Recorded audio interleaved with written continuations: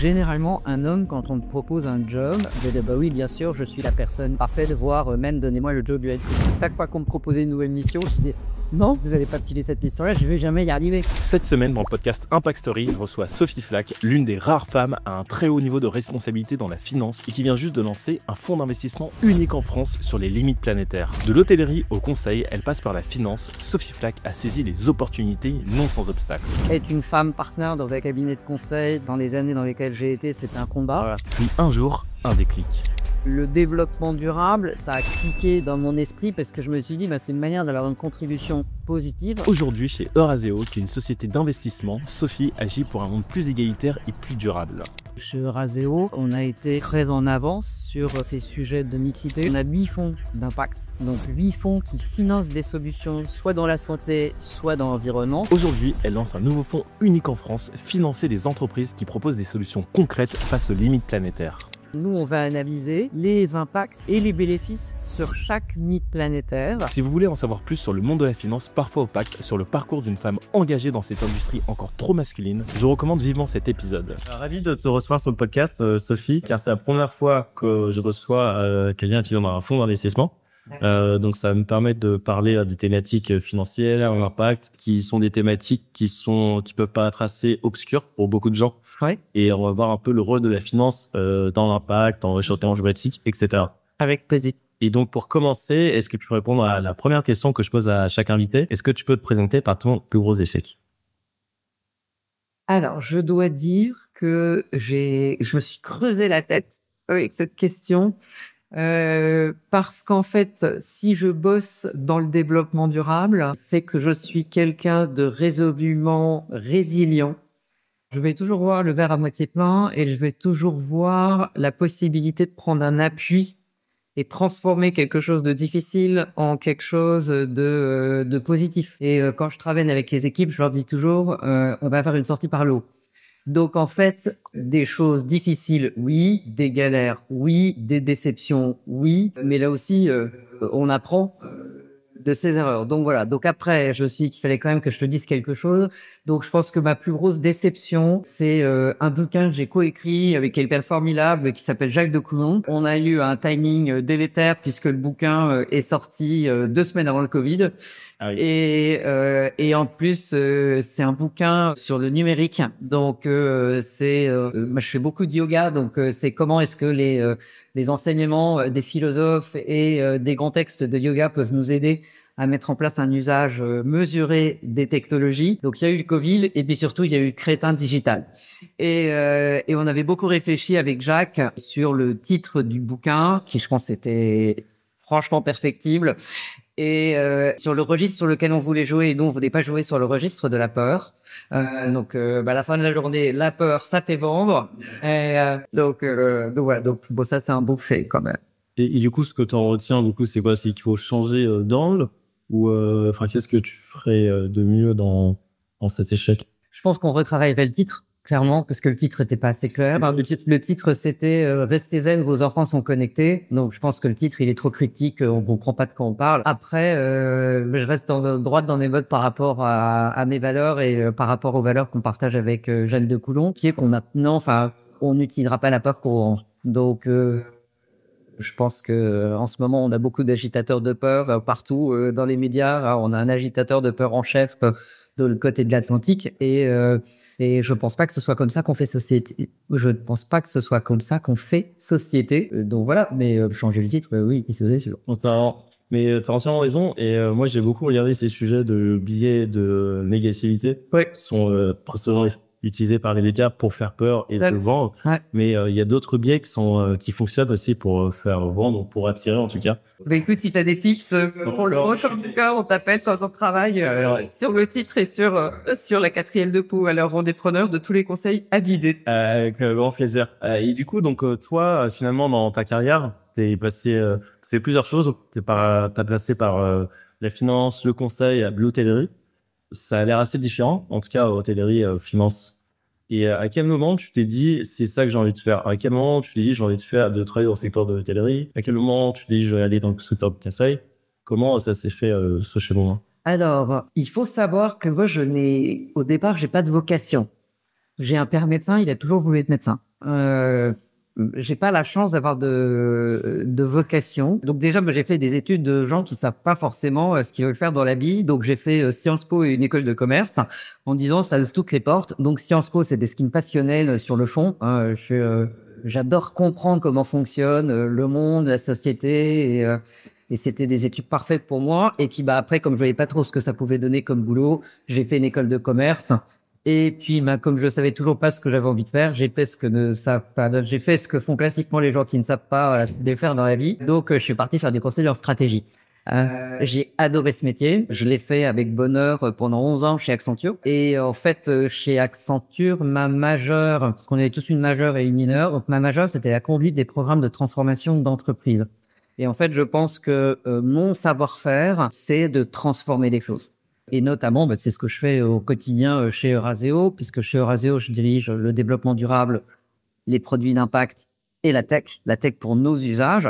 Et là, en ce moment, on est en train de prendre à bras-le-corps l'IA pour moderniser nos manières de travailler, les augmenter. Et en fait, il y a la tech d'un côté, mais il y a surtout comment est-ce qu'on va amener les collaborateurs à se saisir pleinement de ces technologies et comment on conduit la transformation de l'entreprise. Donc, mon vrai savoir-faire, il est là. Je l'ai appris chez Accenture. Et ma mineure chez Accenture, c'était l'innovation. Donc, la première vague d'innovation sur laquelle j'ai travaillé, c'est la vague web. Je ne dirai pas mon âge. Et ensuite, j'ai travaillé sur pas mal de vagues d'innovation technologique, NFC, RFID. Et à un moment donné, c'est présenté le développement durable. Où on a commencé à parler. Alors à l'époque, on parlait pas tellement. Donc quand je dis à l'époque, je suis dans les années 2002-2005. Ok. On parlait de réchauffement climatique, mais on était quand même très focalisé sur la raréfaction des ressources. D'accord. Donc on parlait de la fin du pétrole, de la fin du gaz, plus que du dérèglement et du réchauffement climatique. Ça, c'est venu un peu après.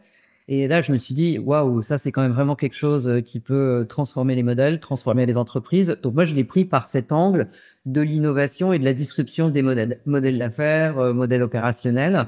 Et donc, j'ai développé l'offre de conseil en développement durable d'Accenture. On n'était pas très nombreux à faire ça à l'époque. Et le groupe Accor, à un moment donné, cherchait un responsable RSE. Et donc, j'ai rencontré le PDG de l'époque qui s'appelait Gilles Pélisson. Et J'ai rencontré dans le cadre d'une mission. en fait, il faisait un recrutement. Donc j'ai été contacté par le chasseur qui était en charge de la chasse. Et c'est vrai que dans le conseil, quand on monte dans la hiérarchie, donc j'étais devenu partenaire assez rapidement. En fait, le rôle de partenaire, c'est quand même beaucoup un rôle commercial. Et en fait, moi, ce que j'adore, c'est avoir les mains dans le cambouis. Donc, j'adore faire délivrer les missions, mais non, donc je sais faire, mais c'est pas ce qui me plaît le plus. Donc du coup, quand le chasseur m'a appelé, je me suis dit, ah tiens, c'est l'occasion de remettre les mains dans l'opérationnel, j'aime ça. On a discuté avec Gilles Pénisson, qui avait une vision, il était précurseur dans le sens où il avait bien compris que le développement durable, c'était quelque chose d'important. Par contre, on n'était pas du tout d'accord sur ce qu'il fallait faire. Et je me suis dit, bon, de toute façon, pendant l'entretien, je me suis dit... si je lui dis que je suis pas passé qui tout double, quoi, parce que il va me dire, ok, très bien, merci, au revoir. Donc je lui dis, écoutez, oui, développement durable, oui, mais pas pour faire ce que vous décrivez. Et j'en ai une vision un peu différente. Puis je lui ai expliqué la vision que j'en avais. Et puis il m'a dit, ok, très bien, merci, au revoir, madame. Puis je me suis dit, c'est mort, mais c'est pas grave parce que j'y serais pas allé si on n'avait pas été d'accord sur la vision que je lui proposais. Et 15 jours après, il m'a rappelé pour me proposer un job au COMEX. Ok. En me donnant les leviers de la transformation du groupe. Donc, j'ai eu la RSE, la tech. Et commerciaux, ceux qui savent pas ce que c'est. Pardon. Comex. Je suis membre du comité exécutif, donc c'est le top 10 de la boîte. Donc, ça veut dire une vraie possibilité d'impact. Et donc, j'avais les leviers pour conduire la transformation. Et il m'a aussi donné la tech. Donc là, pendant quelques mois, tous les jours, je me disais, waouh, c'est le job de mes rêves. Et malheureusement, il y a eu un changement de gouvernance, donc changement de PDG. Et puis, comme souvent, quand on est dans les organes de direction des entreprises, quand il y a des changements à la tête, on fait partie des changements. Donc, mon périmètre de job a été sensiblement revu, mais j'adorais l'hôtellerie. Et puis surtout, j'étais en train de lancer un gros programme de développement durable dans tous les hôtels qui s'appelait Planète 21. et je voulais vraiment le déployer partout. Donc c'était 4000 hôtels, 92 pays. Donc je me suis dit, je finis ça. Et à l'époque, les co-actionnaires les plus importants du groupe Accor, c'était Eurazeo et Colony en concert. Et en fait, je suis passé chez l'actionnaire. Donc voilà, donc c'est comme ça que j'ai rejoint Eurazeo, en sachant que là où on est tombé d'accord avec Eurazeo, c'était sur le fait que moi j'ai toujours eu une approche extrêmement économique du développement durable. Donc pour te donner un exemple concret, quand je suis arrivé chez Accor, j'ai posé la question, j'ai dit bon, quelles sont les émissions carbone du groupe? On était en 2010 à l'époque et on me dit bah, c'est pas. Ce qui est franchement pas anormal, c'est compliqué de faire. Aujourd'hui, on sait très bien faire de bilan carbone, mais à l'époque c'était quand même pas. Je dis, bon, ok, très bien, mais alors du coup, est-ce que vous savez me dire combien on dépense en énergie? Parce que je me suis dit, on va passer par le proxy financier. Et là aussi, on me dit, c'est pas. Ok, Et encore en 2010, tu dis. 2010, ouais. Parce que à cette époque, j'ai l'impression que les mentalités étaient différentes et qu'on était beaucoup moins au fait de Tout à fait, tout à fait. Donc, c'était pas anormal que les données soient pas disponibles. Donc, du coup, on a passé un an avec l'équipe développement durable, qui était une toute petite équipe, à poser ces bilans. Et on a lancé l'analyse de cycle de vie du groupe Accor. Donc ça a été une des toutes premières analyses de cycle de vie qui a été faite à l'échelle d'un groupe. Et du coup, ce qui est intéressant dans ce que tu viens de dire, c'est que si tu étais passé par la voie du carbone et que tu parlais en CO2, personne t'aurait écouté, personne n'aurait compris. Par contre, dès que tu dis tout de suite, bah, en fait, le réchauffement climatique, bah, ça va impliquer une augmentation des prix, donc une augmentation des coûts. Là, tout de suite, en passant par ce biais économique, tout le monde t'écoute dans les entreprises. Exactement. Et donc, c'est vraiment pour ça que, enfin, si tu veux, l'équipe de Razeo avait repéré cette approche. Ils avaient bien compris chez Razeo. Donc là, on est en 2013, donc très en avance pour la finance, que c'est un facteur soit de très gros risques pour les entreprises, et je pense qu'on y reviendra, soit d'opportunités de performance. Et c'est vrai que la manière qu'on a eu d'amener les dirigeants des entreprises financées par Razeo, et encore aujourd'hui, à prendre les enjeux RSE, c'est par le biais économique. En leur disant, vous allez générer tant d'économies. Et en fait, il faut savoir qu'une économie financière, c'est généralement une économie de ressources. Donc, c'est bon, parce qu'il est bon pour le PNL peut être bon pour la. Je dis bien peu, je dis pas de doigt, hein, ça se travaille. Être bon pour la planète. Et il faut savoir que c'est vrai aussi sur les aspects sociaux, c'est-à-dire que l'accidentologie et l'absentéisme, ça coûte extrêmement cher à une entreprise. Donc, en fait, on a tout intérêt à investir dans les programmes de bien-être au travail. Donc là aussi, on a travaillé avec des cabinets de conseil pour montrer quel était le coût de l'absentéisme et le coût de l'accidentologie. Et sur cette base-là, on a incité les entreprises. Donc, on faisait un chiffrage, on fait encore aujourd'hui dans les entreprises qu'on finance, on fait un chiffrage coin de table et on dit, bah, en fait, votre absentéisme et l'accidentologie et le turnover aujourd'hui, ça coûte tant. Généralement, les patrons de boîte nous disent, non, mais enfin, quand même, vous êtes sur la bouche, je crois que vous exagérez pas un peu. Et on leur dit, bah, affinez les chiffrages, on saurait mieux que nous. Et c'est vrai qu'ils sauront mieux que nous. Parce qu'aujourd'hui, on parle beaucoup d'impact. Ouais. Au début des années 2015, en plus, c'était RSE et avant, c'était le développement durable. Alors, en fait, c'est vrai que la terminologie, et je te rejoins, Mamad, elle est complexe et elle me change tout le temps. Surtout qu'en ce moment, on dit, ah là là, faut surtout plus dire RSE. En fait, le développement durable, on va dire, c'est l'ombrelle. D'accord. Et dans le développement durable, si on reprend, alors c'est des notions qui remontent à la conférence de Rio, les années 70. Et en fait, l'objectif du développement durable, c'est le rapport de Gro Brundtland qui pilote tous ces travaux et qui dit si c'est un développement des sociétés qui ne compromet pas la capacité des générations suivantes à avoir une vie qui sera une vie raisonnable. Alors, j'utilise pas les bons termes, mais je vais reprendre, mais qui ne compromet pas en tous les cas les capacités des générations suivantes. Et on regarde généralement l'intersection de trois piliers. Le pilier environnemental, donc la planète, les ressources naturelles, la biodiversité, les humains, donc le social et le sociétal. Le social, c'est le corps social de l'entreprise. Le sociétal, c'est la société civile, les villes, les pays dans lesquels on est, et l'économique. Et donc, on essaye de faire en sorte que les trois se concilient. Alors, quand on prend le développement durable, après, il y a la question du périmètre auquel on l'applique. Donc, est-ce qu'on l'applique à un pays? Et c'est les objectifs de développement durable de l'ONU, qu'on appelle les ODD. Donc là, on est vraiment dans une logique même supranationale et pays. On peut l'appliquer au niveau d'une ville. On peut l'appliquer au niveau d'une entreprise. Et donc, au niveau d'une entreprise, c'est ce qu'on a appelé la RSE, la responsabilité sociale des entreprises. Et en finance, parce qu'en finance, on fait toujours un peu différemment, on a appelé ça l'ESG, l'environnement, le social et la gouvernance. Pourquoi? Parce qu'en finance, et si on prend une société comme Euraseo, notre métier, c'est de financer des entreprises et de les accompagner dans leur développement et de les revendre. Et effectivement, quand on est actionnaire d'une entreprise, on peut être actionnaire minoritaire ou majoritaire, c'est-à-dire qu'on peut détenir ce que tu as vu quand tu étais stagiaire chez nous en venture, donc dans le monde des startups, on est généralement actionnaire on va dire plutôt minoritaire, donc on va détenir 15-20% d'une entreprise et on a des co-actionnaires, donc on doit se mettre d'accord ensemble, c'est comme une copro. Donc notre levier d'action, on n'est pas le manager de l'entreprise, on n'est pas le fondateur de l'entreprise, et même en majoritaire d'ailleurs, c'est la gouvernance. Et donc la gouvernance, ce sont les pactes d'actionnaires sur lesquels on se met d'accord, donc les décisions sur lesquelles on va pouvoir peser ou pas.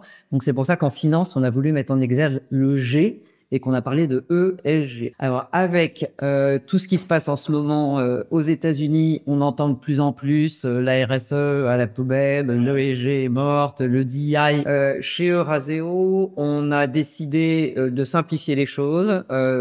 On fait de l'anglais dans le texte, donc ça s'appelle Sustainability and Impact. Et pour différencier les deux, Sustainability ou développement durable, c'est une manière de travailler. C'est-à-dire que je peux travailler dans les énergies fossiles et je vais mesurer mon bilan carbone et je vais essayer de réduire mon bilan carbone. Ou je peux avoir des usines dans lesquelles il y a une forte pénibilité ou une forte dangerosité au travail et je vais essayer d'améliorer les choses. Donc la RSE, le développement durable, c'est je regarde comment c'est et j'essaye d'améliorer. Ok. Donc tout le monde peut faire ça. Ouais. Hein. Tous les gros pollueurs, les non-pollueurs, l'impact, c'est vraiment des sociétés dont les produits, les services ou les technos vont être des solutions. Donc des solutions pour essayer de résoudre, contribuer à résoudre la crise environnementale ou améliorer les conditions de vie, d'éducation, de santé des populations. Donc on est vraiment dans le monde des solutions. Donc ce qui est intéressant, On t'a donné des exemples de boîtes. Donc typiquement, Accor, c'est pas une boîte à impact, c'est une boîte qui peut faire des RSE. Exactement, qui peut améliorer ses pratiques. Ouais. Donc, tu vois, par exemple, on travaillait beaucoup sur la pénibilité au travail, parce que t'imagines bien les femmes de chambre, par exemple, dans les hôtels, les hommes de chambre dans les hôtels, au bout d'un moment, c'est un métier très pénible. Donc, avec toutes les formations sur les gestes et les postures, on pouvait améliorer les conditions de travail. Et pour te donner un exemple de solution, chez Euraseo, on est actionnaire d'une société qui s'appelle Back Market. Donc Back Market, tu as travaillé Non, mais je pensais à ça. Ah d'accord. Donc Back Market, c'est une solution, c'est une société qui travaille sur le reconditionnement qualitatif des produits technologiques comme les iPhones, enfin comme les téléphones mobiles ou les ordinateurs, donc fournit toute la plateforme de tech pour acheter, revendre et a tout un processus de certification pour garantir la qualité. Donc là, on voit bien que quand on achète quelque chose sur Back Market, on contribue à ce qu'on appelle l'économie circulaire, l'économie du réemploi, on augmente la durée de vie des produits et on sait que dans un ordinateur ou dans un téléphone, il y a énormément de techno, il y a des matériaux qui sont des matériaux qui nécessitent de l'extraction dans les mines, par exemple. Donc chaque fois qu'on augmente la durée de vie et qu'on fait du réemploi, on est dans le monde de ce qu'on appelle les solutions. Ouais. La question de l'accès à la ressource en eau, ça va être une question de plus en plus critique. Et il faut pas aller très loin. Hein. Tu prends des villes comme Rome, des villes comme Barcelone, tu prends même le sud, les Pyrénées en France. L'eau, ça commence à être un vrai sujet. Donc une des manières d'avoir de l'eau, c'est de prendre de l'eau de mer et de la filtrer, donc de la désaliniser. Et donc la désalinisation, ça a deux impacts majeurs. C'est très énergivore. Donc qui dit de l'énergie dit quand même des consommations d'énergie qui amènent des dérivés fossiles. Et il y a aussi des rejets, c'est-à-dire qu'entre l'eau de mer et l'eau potable, il y a les saumures. Donc les saumures, c'est notamment du sel. Ouais. Et là, qu'est-ce qu'on en fait? Donc comment est-ce qu'on fait pour réduire les émissions carbone générées par l'utilisation de l'énergie, d'une part. D'autre part, comment est-ce qu'on fait pour avoir un usage responsable, raisonnable des saumures? Pour le moment, on n'y est pas vraiment, hein. Donc c'est là où on voit qu'une solution, et c'est tout l'enjeu des investissements d'impact, c'est de s'assurer que les solutions qu'on finance ne vont pas être pires que le mal auquel on essaye de remédier. Ce qu'on appelle les externalités aussi. Exactement. Donc les externalités, en fait, ce sont les conséquences que l'activité d'une entreprise. Oui. Quelles en sont les conséquences positives et négatives? On pourrait considérer les externalités de ton podcast. Une des externalités positives de ton podcast, c'est le fait que tu rends accessible et que tu décryptes la finance, qui est un milieu quand même très technique et un peu secret, hein, on peut le dire, au plus grand nombre. Donc ça, c'est une externalité positive. Donc voilà, donc on a les deux. Donc chaque fois qu'on veut, qu'on se pose la question pour savoir si c'est de l'impact, alors je vais dire du vrai impact ou de la vraie RSE, on va se poser la question de, en essayant d'améliorer les choses, est-ce que je vais avoir des effets de bord, des externalités, et est-ce que oui ou non, la totalité des choses va quand même améliorer ou pas? Okay. Et c'est l'écart, si tu veux, entre le greenwashing et la vraie RSE d'une part, le vrai impact. Ouais, voilà. Et on est très vite rentré là dans le détail. Ouais. Mais du coup, pour peut-être reprendre un peu plus de hauteur, donc toi, tu as choisi la voie de l'entreprise Ouais. pour avoir justement de l'impact. Pourquoi cette voie-là et pas la voie, je sais pas, associative ou de l'entrepreneuriat qui reste liée à l'entreprise, mais du coup d'une autre manière.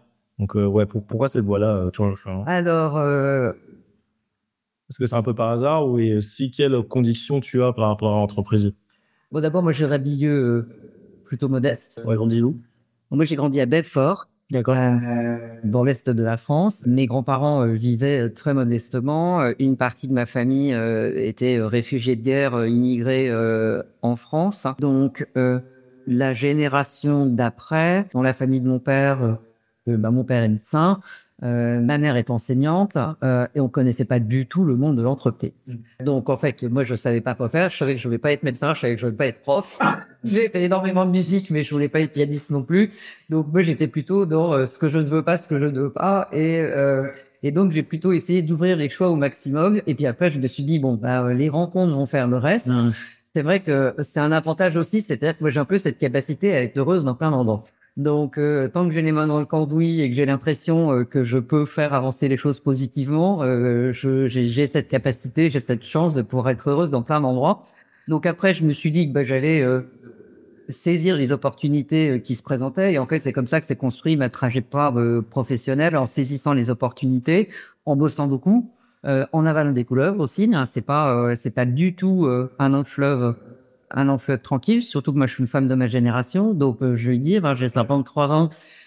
Donc, être une femme partenaire dans un cabinet de conseil dans les années dans lesquelles j'ai été, c'était un combat. Ouais. Donc, les conditions de travail n'étaient pas du tout celles qu'on connaît aujourd'hui. Donc voilà, donc ça n'a pas été un fleuve tranquille, mais j'ai pas eu de moment où je me suis dit c'est ça que je veux faire, sauf quand j'ai rencontré le développement durable, où là je me suis dit ok, c'est vraiment ça que je veux faire, parce que c'est vrai que si tu veux, entre un père médecin, une mère prof, et puis dans leur pratique professionnelle, mon père avait une consultation gratuite pour les jeunes filles qui pouvaient pas, il était gynécologue, qui pouvaient pas parler à leurs parents parce que à l'époque ça se faisait pas. Ma mère avait mis en place un planning familial dans son lycée, elle a toujours été dans un lycée dans des quartiers difficiles. Donc on a toujours eu cette appétence à certes essayer de vivre confortablement pour soi-même, mais être toujours très attentif à la société dans laquelle on est. Et c'était tout à fait normal, en fait, de rendre service, d'aider. Donc, c'est vrai que le développement durable, ça a été, je pense, ça a cliqué dans mon esprit parce que je me suis dit, c'est une manière d'avoir une contribution positive dans le domaine dans lequel je sais travailler, qui est le domaine de l'entreprise. Mais j'ai pas eu un matin un appel, mais c'est vraiment ça où là, je me suis dit, c'est une manière d'apporter de la valeur sur tous les cercles concentriques, que ce soit pour l'entreprise, pour ses salariés, ses clients, mais aussi pour la société civile.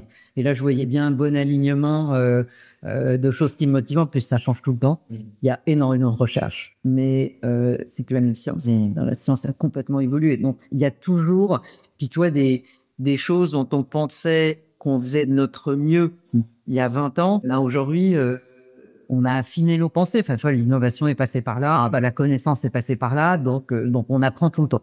Non, mais surtout, ce qui est intéressant, justement, enfin, moi, je trouve que c'est une approche qui est complémentaire à l'approche associative ou législative ou éthique.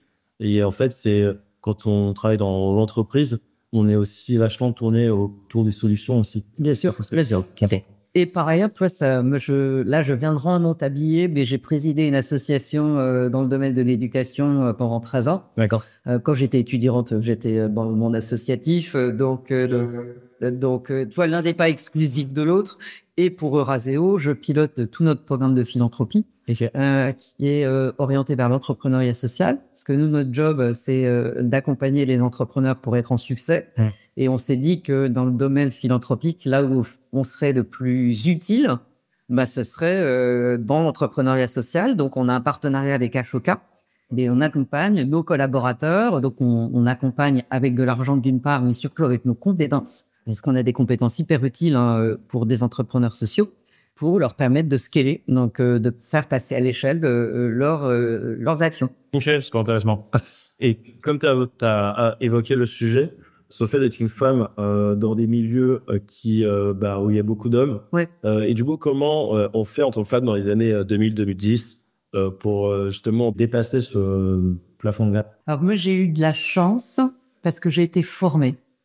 C'est-à-dire que tu viens d'évoquer à l'instant le plafond de verre.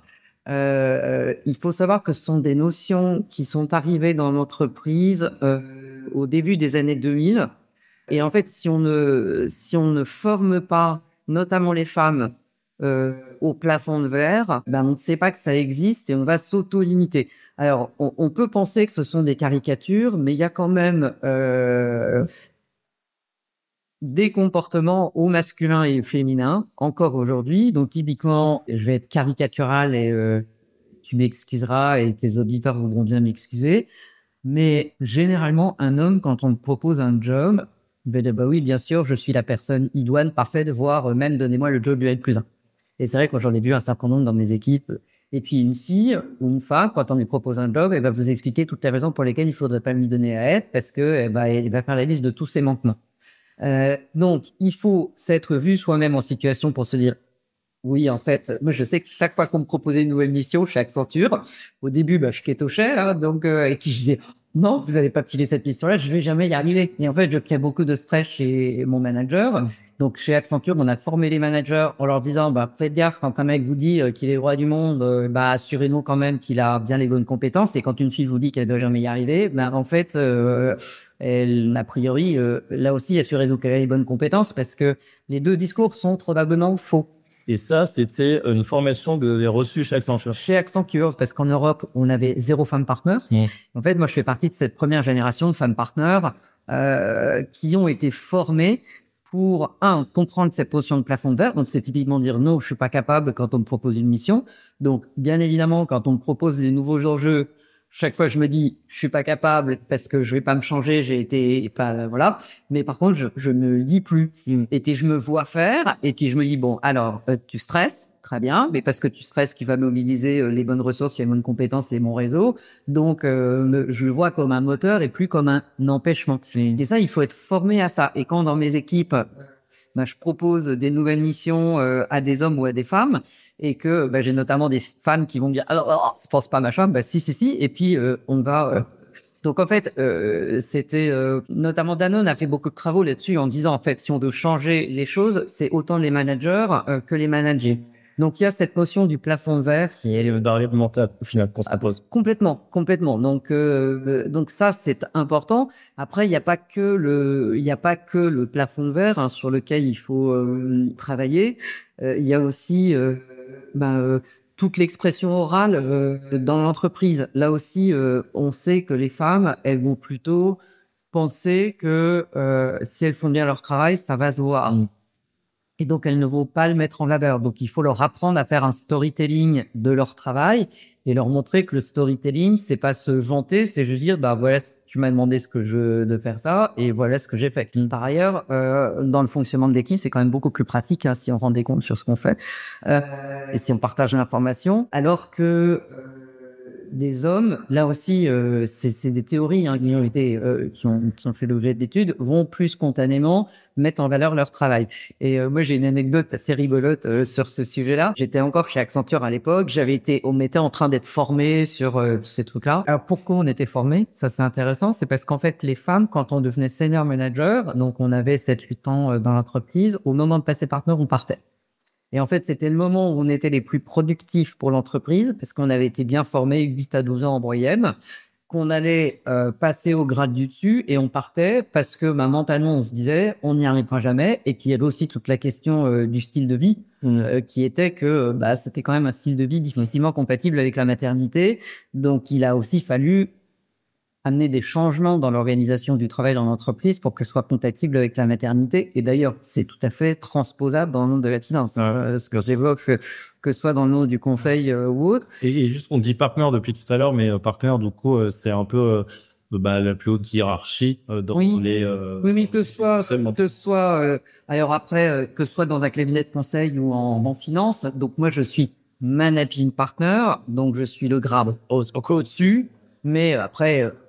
Enfin, on aime bien se rajouter des barrettes ici, hein, donc voilà. Mais partner, c'est-à-dire chef. Ouais. Voilà, patron, pour le faire court. Et même du coup, en parlant de négociation, les hommes osent plus facilement négocier. Enfin, en fait, ils ont 4 doutes sur leur valeur. Donc en fait, ils arrivent en se disant, en fait, je paye que je rends le double de ce que tu me payes. Ouais. Quand une fille va arriver, va dire, peut-être que éventuellement l'année prochaine, dans 2 ans, est-ce qu'elle lui pense qu'on pourra envisager une augmentation de... Et dans les deux cas, ça va pas. Moi, j'ai vu que les études, elles montraient que au lycée, même pendant le collège-lycée, en général, les femmes ont de meilleurs résultats scolaires que les hommes. Mais à partir des études supérieures, ce qui se passe, c'est que comme les femmes ont moins confiance en elles, elles vont prendre des voies qui sont l'air moins compliquées, alors que les hommes, ils vont pas avoir mal à aller dans les matières scientifiques, etc. Et qu'après, du coup, les inégalités continuent aussi via ces voies-là aussi également. C'est vrai que les inégalités, elles peuvent s'accumuler. Et puis après, tu rajoutes à ça aussi le fait que ce sont les femmes qui portent les enfants. Donc, il faut pouvoir gérer la vie professionnelle en tenant compte. C'est pour ça que, si tu veux, je pense que c'est important de former les individus, les sensibiliser, les hommes et les femmes, les managers et les managers. Mais il faut aussi mettre en place un cadre dans l'entreprise. Et en fait, chez Euraseo, on a été très en avance sur ces sujets de mixité. Je pense qu'au niveau mondial, on est une des sociétés d'investissement les plus... on est un des asset managers les plus mixtes. Alors, on suit la mixité au niveau... Alors, on est à peu près 430 collaborateurs, mais dans une douzaine de pays. On est à 50-50 hommes-femmes. Après, on se pose toujours la question au niveau des dirigeants et chez nous, au niveau des équipes investisseurs. Ouais. Et donc, au niveau des équipes investisseurs, on est un peu, je le dis de tête, mais sur 2024, on est à peu près à 35-37%. C'est un des chiffres les plus élevés que la profession au niveau mondial. Mais c'est pas, ça se fait pas comme ça. Donc, c'est des politiques de recrutement, c'est des formations proactives sur les biais cognitifs. Donc, systématiquement, quand on fait des recrutements, on s'impose d'avoir des candidats des deux genres. Ouais. En shortlist jusqu'à la shortlist. Et là aussi, en fait, ça fait évoluer toute la chaîne, puisque ça fait évoluer les chasseurs de tête, ça fait évoluer la manière dont on travaille sur nos réseaux. C'est qu'une volonté managériale. Chez nous, on a une stricte égalité salariale, aussi en fonction des grades, et on est extrêmement vigilant. Mais tu vois, les comportements des individus ne suffisent pas. Il faut un cadre. Alors après, c'est vrai que nous, on est en France et on est aussi en Europe où il y a un cadre réglementaire qui impose une certaine égalité de pratique. Donc cela aide. Après, en période de tension économique, on repart toujours en arrière. C'est un sujet extrêmement fragile. Et en travaillant avec les sociétés du portefeuille d'Euraseo, je dirais que sur les sujets environnementaux, j'ai pu avoir de la résistance, mais jamais autant que sur les sujets de mixité et d'équité. Et ça ne nous empêche pas d'être extrêmement déterminés. Là aussi, je vais te donner un exemple concret. Quand il y a eu l'interdiction de l'avortement dans certains États aux États-Unis, on a appelé l'ensemble des dirigeants, des CEO des sociétés que nous finançons aux États-Unis pour leur dire que pour nous, il était extrêmement important que les collaborateurs bénéficient d'une égalité d'accès aux soins de santé, et que si les entreprises ou les bureaux étaient localisés dans des États ne permettant pas l'accès aux soins de santé, on demandait à ce que les assurances en tiennent compte et que les règles RH des entreprises en tiennent compte pour permettre cette équité d'accès. L'objectif, c'est pas de faire de l'ethnocentrisme réglementaire, mais on pense que c'est important que l'entreprise demeure un lieu de vivre ensemble, apaisé, et où effectivement on est attentif à ce qui est important pour les uns et pour les autres. Justement, la question suivante, c'était en quoi justement la finance pour toi, c'est un levier puissant de transformation. Je trouve que cet exemple le prouve bien, mais est-ce que tu as d'autres exemples où tu peux un peu nous dire pourquoi la finance est aussi importante Oui. pour les développements durables et leur impact? En fait, quand je travaillais chez Accor et qu'on mettait du développement durable dans nos 4000 hôtels dans les 92 pays et on touchait plusieurs centaines de milliers de collaborateurs, finalement, ça n'était qu'une entreprise. Eurazeo, aujourd'hui, c'est à peu près 36 milliards d'actifs. On finance pas loin de 450 entreprises. Et c'est vrai que pour bénéficier des financements d'Eurazeo, on demande aux entreprises de prendre un certain nombre d'engagements. Donc, il va y avoir bien évidemment des engagements économiques, une ambition. Tu l'as vu, bien évidemment, quand tu travaillais sur les investissements en venture. Donc, on se met d'accord sur ce qu'on appelle être un business plan. Donc, c'est le plan de développement économique de l'entreprise. La particularité d'Eurazeo, c'est qu'on demande aussi un engagement sur un plan extra-financier. Et tu vois bien, une entreprise, même si c'est 4000 hôtels et plusieurs centaines de milliers de collaborateurs, ça n'est jamais autant que les 450 entreprises que finance Eurazeo. Donc en fait, une des raisons pour lesquelles je pense que la finance, le secteur de la finance joue un rôle majeur, c'est que c'est celui qui va le plus vite sur les plus grosses échelles. Pourquoi le plus vite? Parce qu'en fait, il suffit qu'on décide. Après, il y a la vraie vie, bien évidemment, qui intervient et le temps des entreprises, ça n'est pas que de l'immédiateté, hein. Mais je suis convaincu, et ça fait quand même, moi je travaille depuis 30 ans maintenant, je suis convaincu que c'est le secteur qui peut le plus rapidement être facteur de changement à l'échelle. Et ce qui est intéressant, c'est qu'en fait, une entreprise, il faut savoir qu'une entreprise, c'est international. Quand on travaille sur l'équité salariale, entre les hommes et les femmes, c'est dans tous les pays dans lesquels l'entreprise est présente. Absolument tous les pays. Quand on demande à ce qu'il y ait chez Eurazeo, on demande à ce que 100% des collaborateurs des entreprises que nous finançons bénéficient d'une couverture santé, accident de la vie. C'est majeur. Toi, quand il y a eu une Covid, la première chose qu'on a faite, on a pris toutes les boîtes de portefeuille et on a appelé toutes les boîtes pour vérifier que 100% des collaborateurs avaient bien une assurance santé, quel que soit le pays. Donc, quand on est en France, on dit, c'est normal, c'est facile. Ouais, quand on est en dehors de France, qu'on est dans certains pays d'Asie, quand on est outre-Atlantique, aux États-Unis, ça ne va pas de soi. Et donc, on voit bien la force de progrès que peut représenter une entreprise. On engage l'ensemble de nos entreprises dans la décarbonation. Alors là aussi, il faut être très clair. Alors, on pourrait dire qu'on le fait parce que c'est bien, oui, bien sûr. Mais on n'est pas des philanthropes. Nous, on a besoin de faire fructifier les fonds que nous investissons. On est convaincus que le fait qu'une entreprise soit compatible avec le monde, et notamment les limites du monde dans lesquelles elle évolue, va être indispensable pour la valeur future. Donc, l'ensemble de ces actions, on les fait en ayant en tête la performance et le bon développement de l'entreprise. Et du coup, pour rebondir sur ce sujet, chez Eurazeo, vous avez lancé un nouveau fonds de 750 millions, il me semble. Ouais, c'est la cible, ça. C'est la cible. Et c'est un fonds qui est au sujet des limites planétaires. Pourquoi vous avez choisi... Enfin, déjà, est-ce que tu peux nous dire comment fonctionne ce fonds, quelle est sa thèse, tout en restant assez sain dans l'explication, parce que ça peut être compliqué. Et pourquoi vous avez choisi d'aller sur les limites planétaires et pas faire un fonds impact comme ce qu'on peut retrouver de manière traditionnelle? Plus monothématique, par exemple sur le carbone ou sur l'eau. Ce fonds, c'est un fonds qui finance des PME, donc des petites et moyennes entreprises qui sont déjà rentables. Hein, d'accord. La différence entre une start-up et une PME, c'est la start-up, c'est une promesse.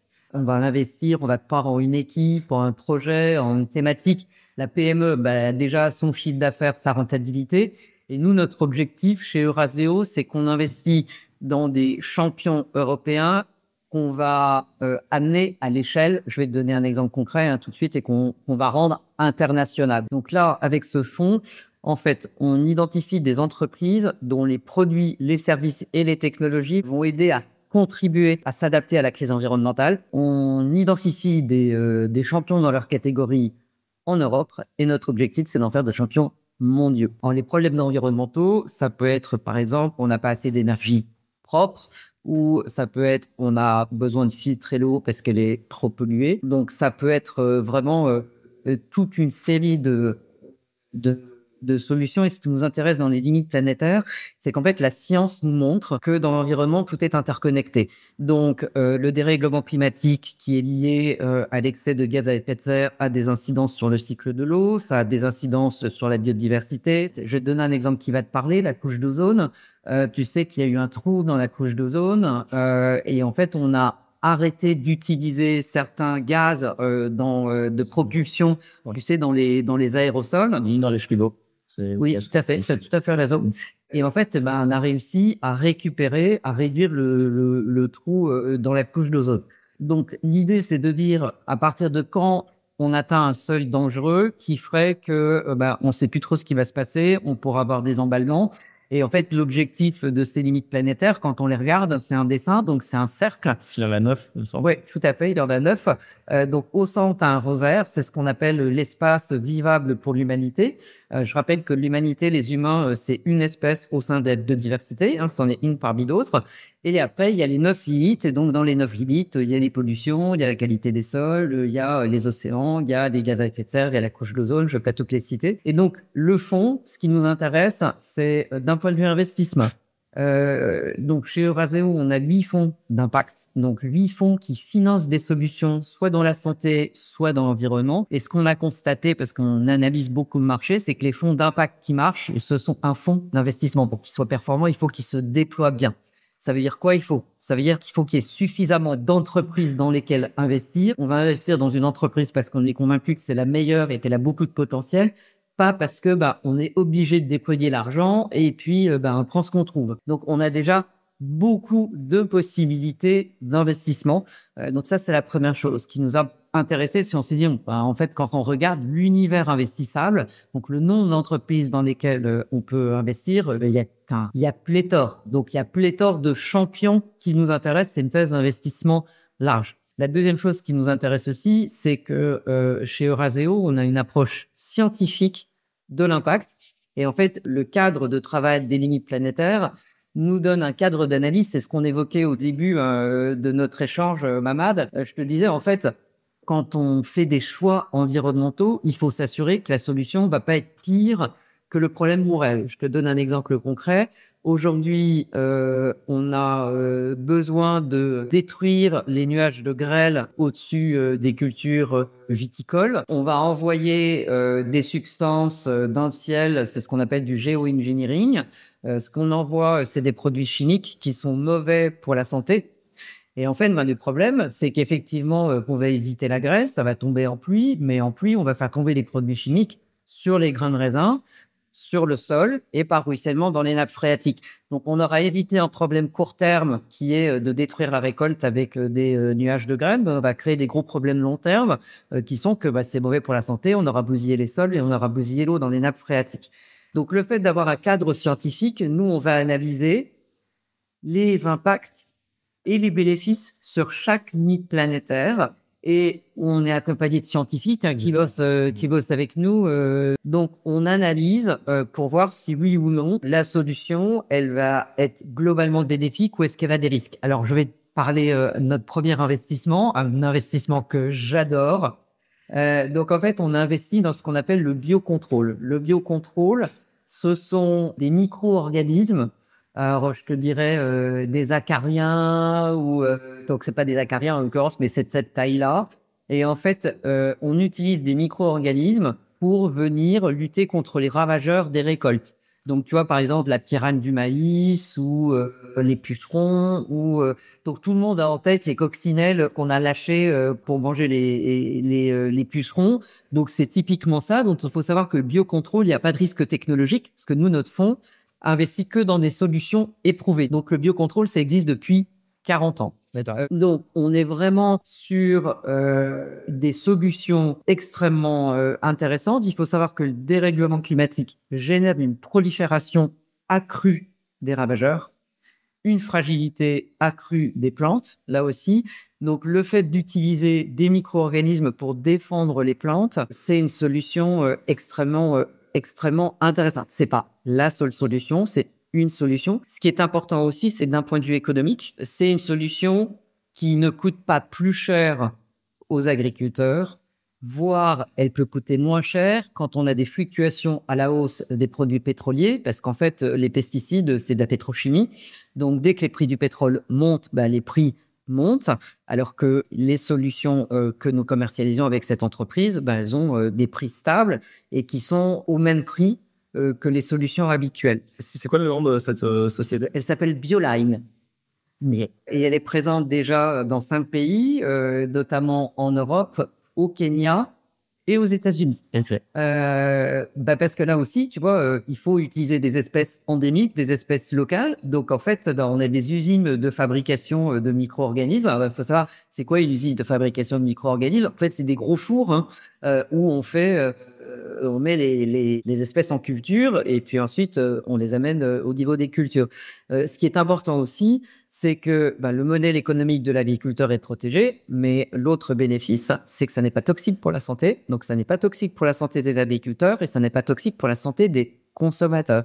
Et donc, quand tu achètes des produits qui sont garantis sans conservateur, tu sais, on voit ça dans les rayons. On voit notamment un des gros clients des solutions Biolite, c'est Driscoll. Donc, Driscoll, tu sais, c'est les baies, c'est les framboises, c'est les mûres. Donc, en fait, tout ce qui est production où le client est très sensible au fait qu'il n'y ait pas de pesticides. Les sachets de salade garantis sans pesticides, sans conservateurs, les sans pesticides, souvent, c'est des solutions Bioline.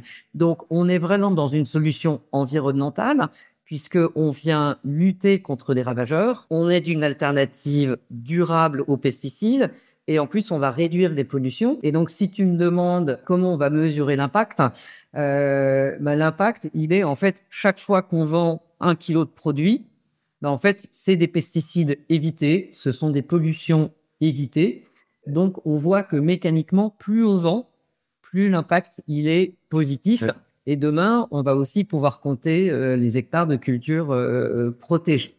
Donc, c'est ce qu'on appelle du vrai impact chez nous. Donc, c'est pas la peste pour remplacer le choléra. C'est une vraie solution qui, sur l'ensemble des variables, qu'est-ce que tu m'as entendu parler? On évite des pesticides, donc on évite et du dérèglement climatique, de renforcer le dérèglement climatique et les pollutions des sols et de l'eau. On tient compte de la santé des agriculteurs, on tient compte de la santé des consommateurs. Et en plus, d'un point de vue économique, c'est performant. Donc, c'est ça un produit impact by Eurazeo. C'est-à-dire que on a une approche scientifique. Et ce qui est intéressant, c'est qu'en fait, on regarde les entreprises de manière plus complète. Moi, j'ai toujours dit, l'analyse financière d'une entreprise, c'est sa radiographie.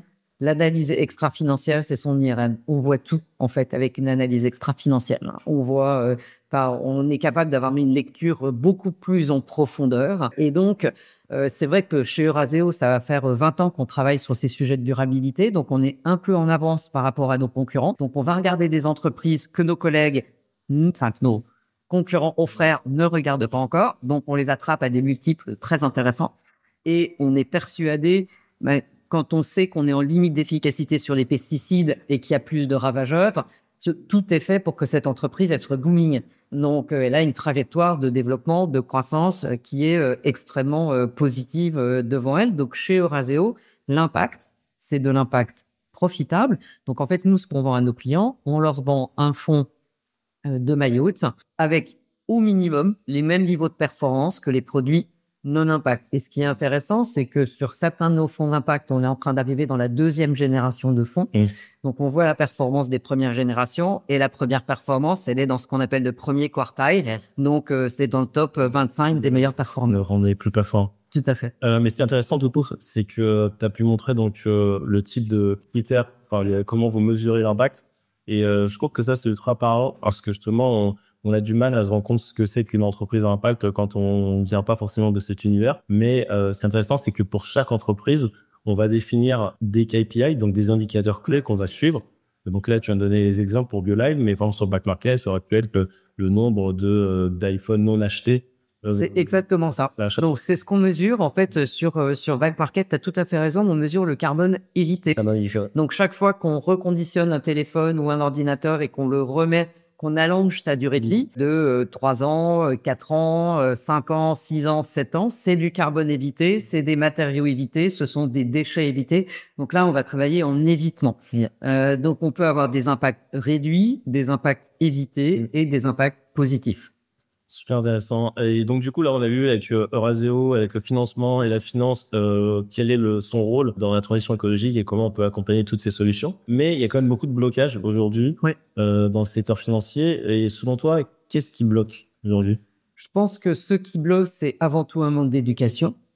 Donc, il faut savoir que pour travailler sur des sujets impact comme ceux sur lesquels on travaille, chez Euraseo, c'est l'aboutissement de 20 ans de travail. Hein. C'est quand même très progressif d'apprendre, enfin, c'est comme tous les métiers, ça s'apprend, et intégrer les enjeux de durabilité. Et tu vois, analyser un PNL, enfin, compte de résultats, ça s'apprend. Bah, analyser une analyse extra-financière, ça s'apprend aussi. Donc, ce sont des compétences complémentaires. Donc, toi, tu fais partie de la première génération de personnes qui, enfin, je sais pas pour le confirmer ou pas d'ailleurs, mais qui ont eu des cours de développement durable normalement pendant leur cursus, ou alors tu fais beaucoup plus jeune. Non. Non, mais moi, j'ai 29 ans, mais j'ai pas eu T'as pas eu de cours de développement durable? Et en fait, quand je suis sorti de film, quand j'étais diplômé, je crois que c'est l'année où j'étais diplômé qu'ils ont instauré les cours. Les cours de développement durable. D'accord. Donc, à quelques années près, à quelques mois près, t'y étais. Donc, c'est vrai que là, on a une génération qui arrive, qui commence à être formée sur ces sujets-là. Donc, je pense qu'il y a avant tout une méconnaissance parce que fondamentalement, on l'a démontré, les produits financiers durables, et notamment pendant le Covid, ce sont des produits qui ont mieux résisté, qui ont mieux tenu. Et pourquoi? Parce qu'en fait, quand on investit dans des sociétés dites durables, c'est des sociétés dont les produits, les services et les technologies sont, alors on dit dans notre jargon, future-proof, donc vont avoir un futur. Pourquoi? Parce qu'on va s'assurer qu'il y aura toujours une demande pour ces produits ou ces services ou ces technos. Ça, c'est la première chose dans le futur, et qu'on sera toujours en capacité de les fournir. Tu peux avoir des matériaux qui deviennent beaucoup trop chers parce qu'il y a une raréfaction de la ressource, ou tu peux avoir des interdictions réglementaires. Je te donne un exemple concret d'un investissement qu'on n'a pas fait. Alors ça, c'était quand un investissement d'impact, c'était un investissement pour un de nos fonds dits généralistes. Ils avaient regardé une entreprise qui faisait des bébés animaux. Ça s'appelle des breedings. Donc les bébés animaux, en fait, il faut savoir que la chaîne de l'élevage, c'est une chaîne qui est complètement industrialisée, et donc tu as des entreprises qui sont plus spécialisées dans la fabrication des bébés animaux. Donc tu as acheté tes bébés poules, tes bébés vaches, tes bébés, et donc trou féminin, vache féminin, qu'est-ce que tu fais des mâles? Et l'entreprise en question les broyait ou les gadait.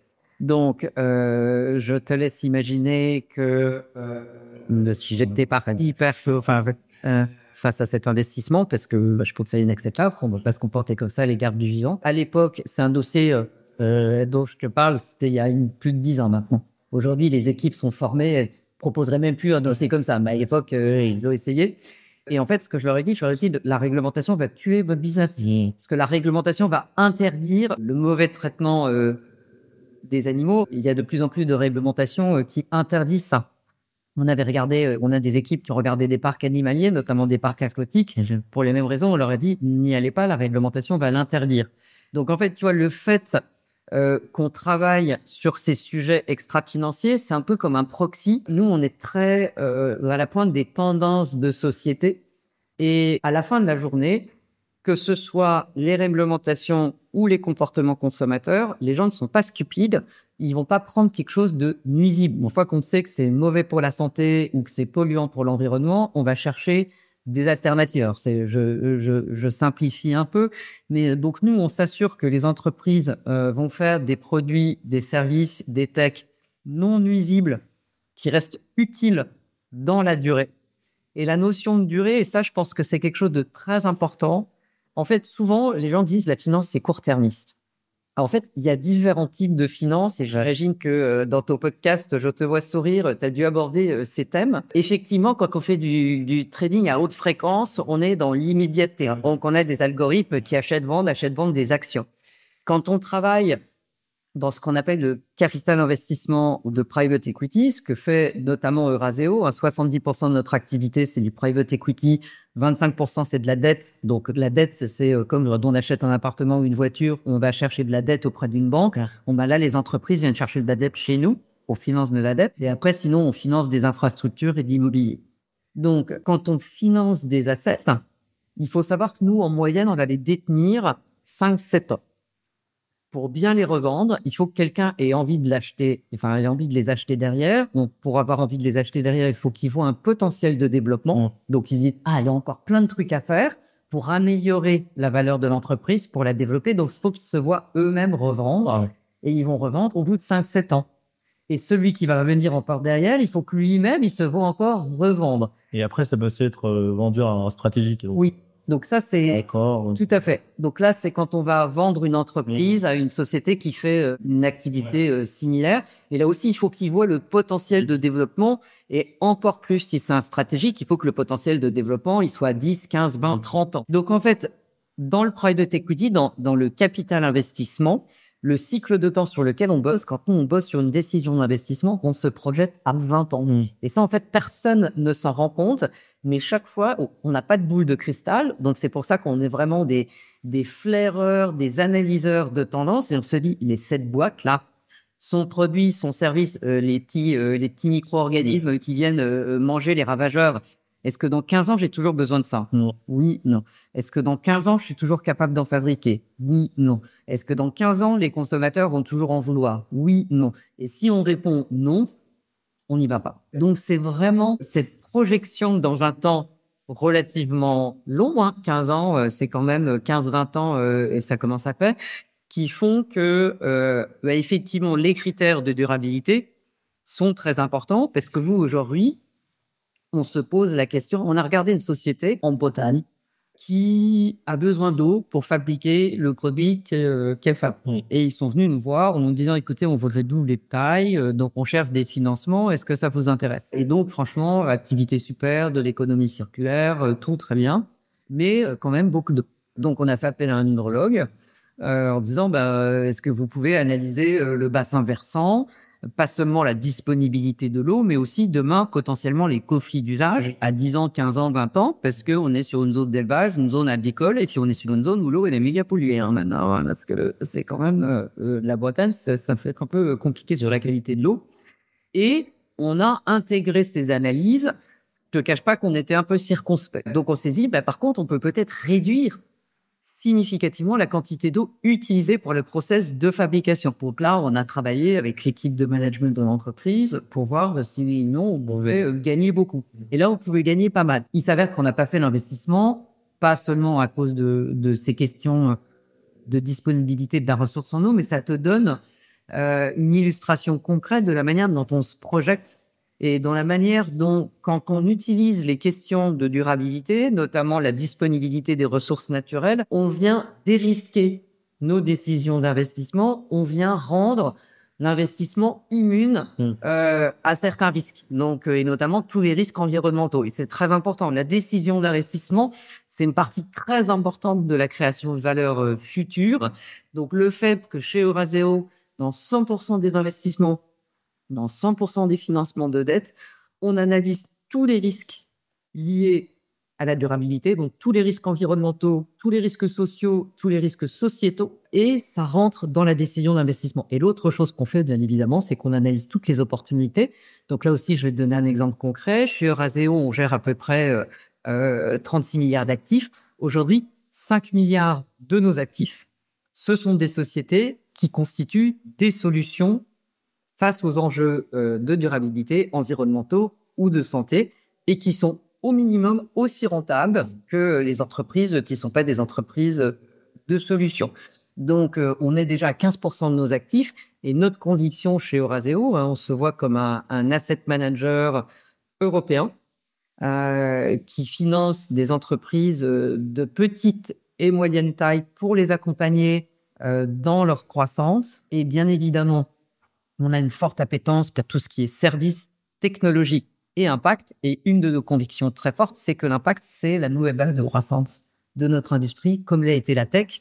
Et ce, d'autant plus qu'entre tech et impact, il y a une très forte convergence. Ouais, mais ce qui est intéressant du coup dans ce que tu dis, c'est que en fait, quand on connaît pas la finance, une fois de plus, on peut se dire que c'est un métier de requin, que c'est très court-termiste. Et donc là, ce que tu arrives à montrer, c'est que dans le capital investissement à impact chez Eurazeo, c'est que il y a cette dimension de solution, il y a cette dimension moyen, long terme. Ouais. Et surtout, vous prenez en compte les externalités qu'il peut y avoir. Et donc, en fait, il y a une corrélation entre l'impact, la profitabilité et l'écosystème dans lequel une boîte évolue. Donc, je trouve que c'est vachement intéressant de la manière dont tu l'expliquais. Ouais.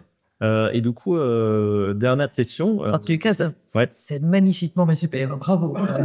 Je vais reprendre la phrase mot à mot, parce que quand on me demande d'expliquer ce qu'on fait, Non, bah, c'est comme j'ai travaillé dedans. sens de la synthèse. Bravo, Maman. Et du coup, dernière question, c'est quoi pour toi avoir de l'impact? Alors, non.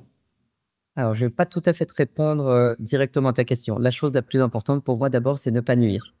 Et donc ça, c'est une éthique de vie, c'est une éthique de comportement, que ce soit dans notre vie quotidienne, dans ma vie en entreprise. Donc ça, c'est la colonne vertébrale. Après, avoir de l'impact, aujourd'hui, je suis un poste à responsabilité, donc je suis membre du directeur de Raseo, je dirige des équipes. Donc mon job, avoir de l'impact, c'est mettre les équipes en situation de réussite. Donc c'est comme ça que je vois mon job. Alors bien évidemment, quand on lance le fonds sur les limites planétaires, pour moi c'est un aboutissement. Hein, c'est 12 ans de boulot pour lancer un produit aussi sophistiqué, aussi ambitieux. Et la levée de fonds se passe super bien, les investissements se passent super bien. Donc je touche du bois, c'est du bonheur. L'équipe est formidable. Et puis c'est ce que je te disais, on a 5 milliards d'actifs qui financent des solutions sociétales. Hein, environnementale et de santé. Donc ça, c'est formidable. Donc on va dire ça, c'est de l'impact intrinsèque. Mais à mon niveau, je pense que là où j'ai le plus d'impact, c'est mettre les autres en succès pour le succès de l'entreprise et tout en ayant effectivement un impact positif sur les différentes échelles concentriques sur lesquelles j'ai de l'influence. Ok, je comprends. Et c'est pour ça que la finance, c'est un bon outil à ce niveau-là. C'est parce que ça permet de démultiplier ton impact en étant justement toi en tant qu'individu, tu as une influence donc toi sur tes équipes qui est même sur des entreprises et même sur la société.